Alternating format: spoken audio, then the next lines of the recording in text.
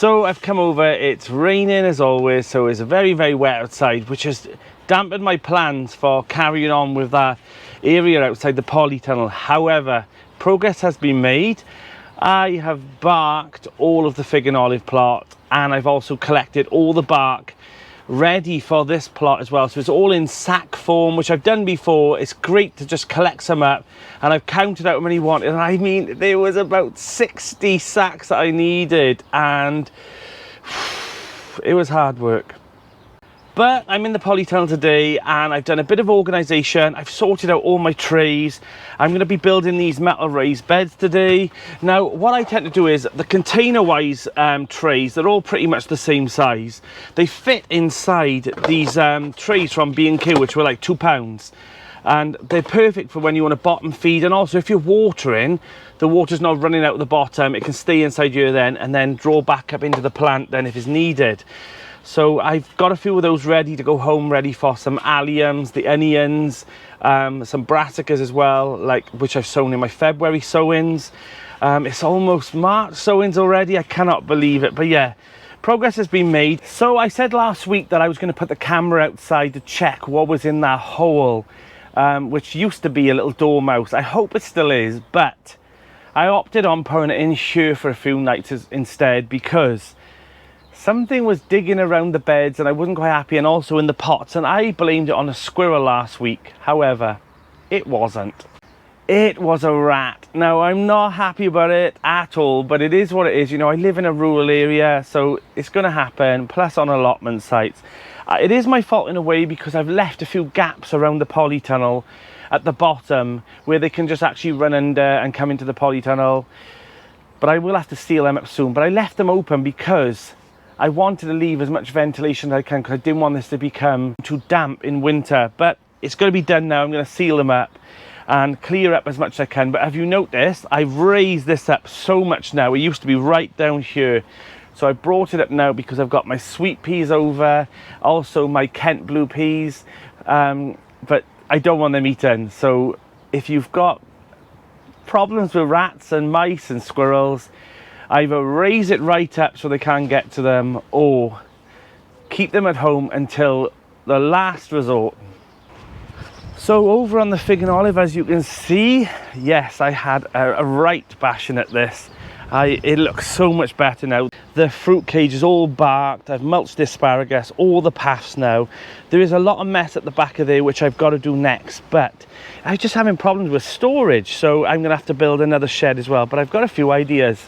So that large raised bed at the back of the plot there, I've never really used. It is very, very tall, which would be perfect for like carrots if I was growing really long carrots and parsnips. But I've decided I'm going to get my new angle grinder out, which I had for Christmas at some point this week.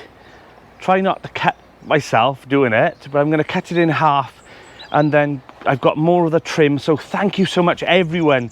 I mean, so many of you put suggestions in the comments of how I can put trims over these, but thank you so much to all the people. Gave me all their inventive ways that they could stop me from scagging my legs on those raised beds. But I actually saw some trim. Thank you so much. Someone said, well, actually not someone, quite a few people said, get some car door trim, because that's what they use. And when I looked online, that's what it was.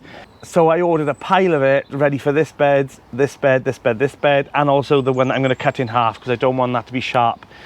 So yes, progress has been made, definitely. I'm actually excited now, ready to get all of this done here. So yes, thank you so much everyone for doing that. Inside the tunnel, as you can see, all the bulbs now are starting to emerge. You can see springs coming underneath here.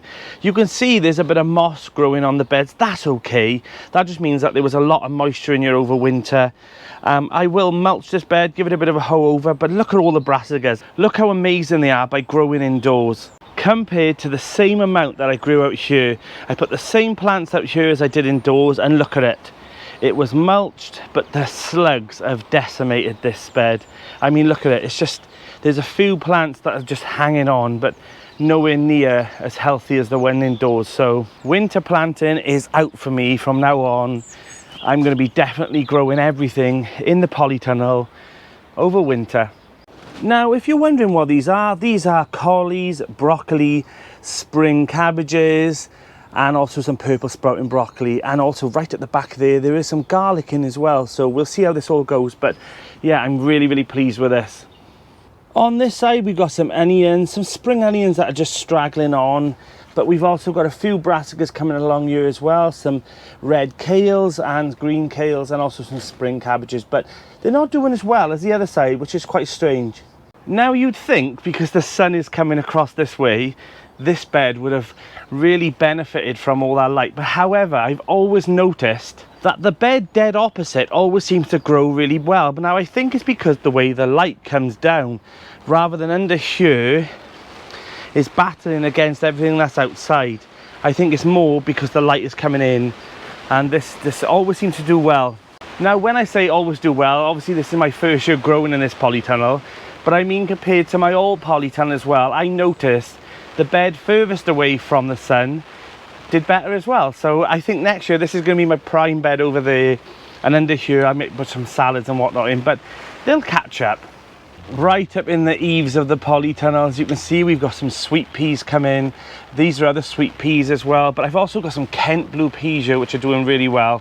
The lupins, they're growing really well now as well, and also I've still got my shallots as well, and I've got more shallots all planted up in here. Now these are all old straggly spring onions, but I'm keeping on to them because I just think they might do a turn.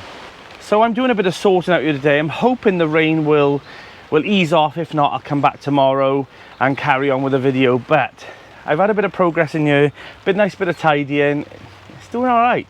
I'm excited for spring, and I'm sure you are as well. I just cannot wait now.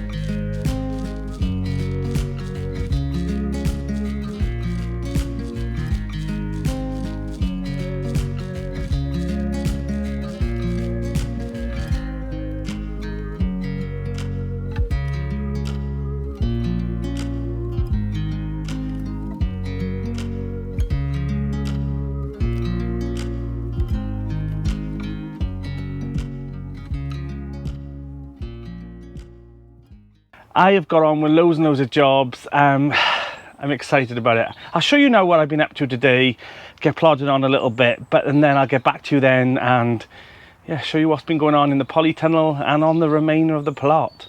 I can feel there is somebody here, and he's watching over me tonight as he takes away my fears, lets me know there's a heaven up there.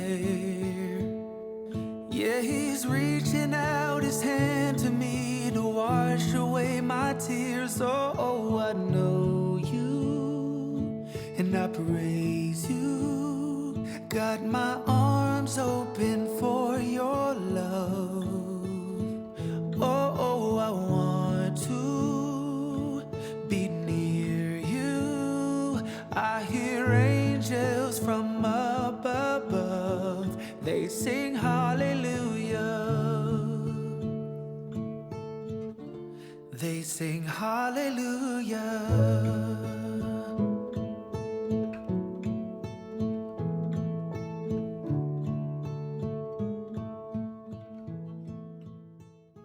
So as you just seen, I've built another bed. So we're slowly coming down this plot. I've had to dig out. I've taken out the fence as well, if you can see here, and it's here. Oh God, it's here. I don't know how I'm going to tackle that, but we'll think about it another day. But the problem was brambles were slowly climbing over from the back of the plot and slowly coming across, dropping down, setting root, and it's been going down and down for the last couple of years, you know, before I took over this plot last year. But I'm slowly going down, cutting out, digging down, taking the roots out, and slowly we've got to here so far. So we're halfway down the plot, but what a job. But progress. I've weeded, you can see all the perennial weeds there. I've mulched all this bed, built it, and then I put some bark down as well. So we've got 2 nice long beds here now. So yeah, I'm pleased with it. And I think they're about 14 foot long by 3 foot. So this is plenty of space for some brassicas or some leeks and onions. But yeah, I'm happy about that. But it's looking a bit of a construction site, and I'll talk about that now. So a plot neighbour was getting rid of his fencing, so I've taken that on, possibly to go down here or for later on down the plot. And also I managed to get these as well. Now I'm going to cut these up and use them for shelving in the greenhouse when I built some shelves in there. So yeah, sometimes one man's junk is another man's treasure. So yeah, we're slowly going down now. So we've got a long bed here, we've got another long bed here, I've got more timber here that I'm going to carry on building some of the raised beds. And they're not very deep this time round because I want them just to be a little bit shallower this time, because they only need to be enough just to clip on the when I clip the net. So yeah, I'm trialing out these ones. They probably won't last as long, but they're 1/4 of the price. So we'll see what happens with these. So yeah, I'm slowly I didn't want to put the big scaffolding plant ones down because I don't need them to be that high for what I'm going to be planting in there. So back in the polytunnel, I mean, look, it feels like spring, doesn't it? It does feel like spring. So we've got some cabbages, some cauliflower, some coriander, and these are all the lettuces, and also some shallots here, but these are all extra ones that I've sown. I'm hoping, I mean, there's quite a lot there. So yeah, we'll it's soon filling up. I mean, these seems like a lot of lettuces. I mean, it probably is. There's probably about 60 lettuce there, but there's a reason for that, and I'll talk about that in a future video because I've got a project coming up. So if you've got a polytunnel or a greenhouse, you definitely need one of these. Now, I bought 3 new ones because do you think I could find my old one? I have got one that's digital that actually when I come over, I can Bluetooth and check. Let's see if I can find it. So this one's digital, and it basically tells me how much humidity is in the polytunnel and also the temperature. And also I can connect it to my phone via Bluetooth, and it'll tell me the highs and lows on a graph of the nights and the days. So it does tell me, you know, if it's going too cold in the polytunnel, but the other ones are just basic and they're just what I need. So if you just want to know whether or not your polytunnel is dipping down too low in the night times or going too hot in the daytimes, then this one records the high and the low of the day, and also in the middle is your temperature for now. Now this polytunnel right now is 18.9 degrees in February, but outside probably about 11, so it does make a difference to be in, you know, indoors. It was up to 22.9 in earlier on, and I was like, it felt like summer. I could have been out here in my shorts, but the seedlings will thank me for it anyway. But yeah, I've got 3 of these because I want one for the greenhouse, one for the polytunnel. I want to put one outside because these are waterproof, and I want to know how cold it's getting outside sometimes as well. So yeah, so I bought 3 of these. So if you haven't got one, maybe get yourself a greenhouse thermometer with a minimum and maximum on it, because there's no good just knowing what temperature is when you're over here. You want to know if it's getting too cold for your seedlings, whether or not you need to fleece, or whether or not you remove fleece, or how hot it's getting. Get one of these. So these are my second attempt of sowing onions, and they've come up great. I've got Elsa Craig, Exhibitions, the Brune Shallots. Did the red ones come up? Absolutely not. But I'm going to pop these on now tomorrow, and I'm leaving them for a reason, because this whole weekend was supposed to be rain after rain after rain, but the sun has come out, so I'm taking full advantage of the dry weather outside. Tomorrow it's going to be a rainy day, so I'll come back over and I'll just start sorting out the polytunnel, giving it a good tidy, ready for some future plot projects, and also a big build for the polytunnel.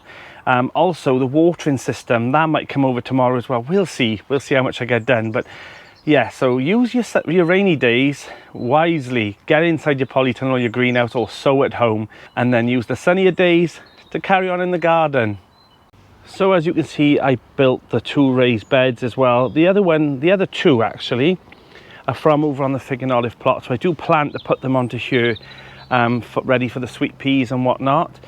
And I will use some more over there, but yeah, for the plan is to try use these to measure out and put them maybe here in a row. We haven't decided yet, we're going down slowly, but yeah, progress definitely was made here today. I'm happy about this. So I mentioned a few times now about me moving the greenhouse door on the polytunnel and bringing it to the other side so that I can actually access it from the polytunnel, come around the corner, and then have this area at the back here for a nice potting bench, and also things like a few raised beds with some salads in, because it gets a little bit shade. But I don't know yet. I don't know until summer how this area is going to be, how light it's going to be. And you need a good year at least on your allotment plot or in your garden to work out where are the shady parts, where are the sunny parts, where are the warm parts, because I know every season can be different, but on an average, I can't wait for summer to see what this area is at the back here, with the tunnel here. I'm sure it'll get plenty of sun, but it's exciting times ahead for this plot. I cannot wait for it all to be finished. I really can't. So it's the end of the lives as well, and that feels strange, but it means that I'll start bringing out 2 videos a week. So there'll be a video on a Sunday, and then starting soon there'll be a video on Wednesdays. So if you're not sure when I'm going to be posting my videos, make sure on the notifications on my channel where it says subscribed, there's a little bell icon there and you can click all notifications, so that when I upload a video, it'll send you a message to your phone to say, Danny's uploaded another fantastic video. But yeah, you'll know when the new videos are coming out, so maybe change that notification, put the bell icon on. And yeah, so before long it'll be every Wednesday and every Sunday there'll be a video going out, and yeah, so you get twice as much. So you're not missing out on the lives, because there'll still be another video to watch, but lives will still continue probably once a month or so, and I'll have guests on like I always do. But yeah, the lives are over, and it was kind of bittersweet. I'm kind of sad that they're gone in a way, but also glad, because it means I've got more time now to do the plot. So it's definitely starting to feel like spring now, because everyone's starting to come back to the plots. Not everyone's as crazy as me to be carrying on through autumn and winter, but I got plenty to do. But it's nice to see now everyone's plants stacking up, all the beds are being mulched. If you can see down the back there now, they've changed the fence into like a metal fence. Now, I've been calling that Chernobyl, because it's definitely quarantined off. Nobody can go on their plots down there, like I mentioned before. If you haven't seen that, go and have a look at the video. I'll pop a little thumbnail here with the video. But yeah, so those plot holders have been told that they still can't access their plots, which is such a shame. But I'm coming over to Linda's because Linda scared me about half an hour ago by sneaking over to me. So I know she's here, so I'm gonna scare her too. What are you doing? That's a bit of karma, that is. I thought since you scared me, I thought I'd come over and scare you. And you did, and you did. What are you up to, Linda? Oh, I just thought I'd take a couple of pictures of some of the little flowers I've got. I haven't got many, but... Oh, I was looking. Oh, I like that purple plant over there. Yeah, that's a hellebore. Oh, yeah, really nice. As per my video. When's it coming out, Linda? Go on, have a cheeky plug. No, that's not today's video. That's Oh. one of the other ones. Did you not see on there then, Danny? No, I didn't. I must have fast forwarded. I'm joking. I didn't see that. There's a flower there, look. Oh, yes, I have seen those. Yeah, and there should be a white one there, but it hasn't come out. Oh, And there's a pink one there, but that one hasn't come flowered either. it's starting to feel like spring now, innit, Linda? It's lovely, isn't it? Yeah. What are you going to be doing today? Not a lot. Oh, I'm going to be talking on... go I'm on. going to mention about my new challenge. No, not challenge. Ooh. It's not a challenge. It's a grow along. Grow along. No challenge. What is it, Linda? Tell us. No, I'm not telling you. Oh, As per video, Danny. she don't want to tell me. She wants to keep the secrets for her own video. This is plot. This is YouTuber rivalry at its finest. So Cheryl, next to Linda's plot, she planted these field beans and she was going to dig them in to use as a green manure, but she's decided because they're so healthy, she's going to carry on growing them as field beans. Look at Linda now. She's lady of leisure over there, look. But yeah, so she's going to keep these to grow for field beans. So yeah, right, let's carry on with my work. Try, Linda! No coffee for me today.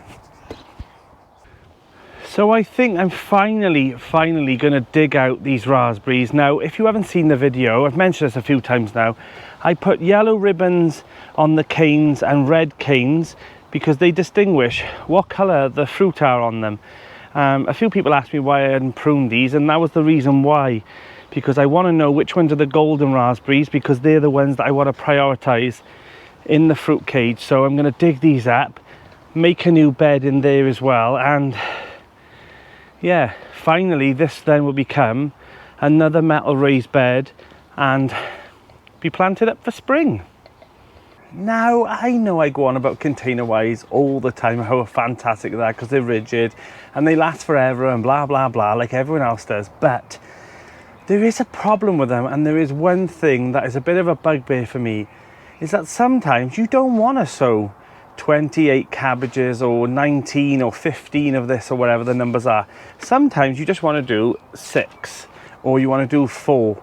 You know, and sometimes it's a bit annoying if one thing's growing more and the other and is ready to come out and you've got the tray.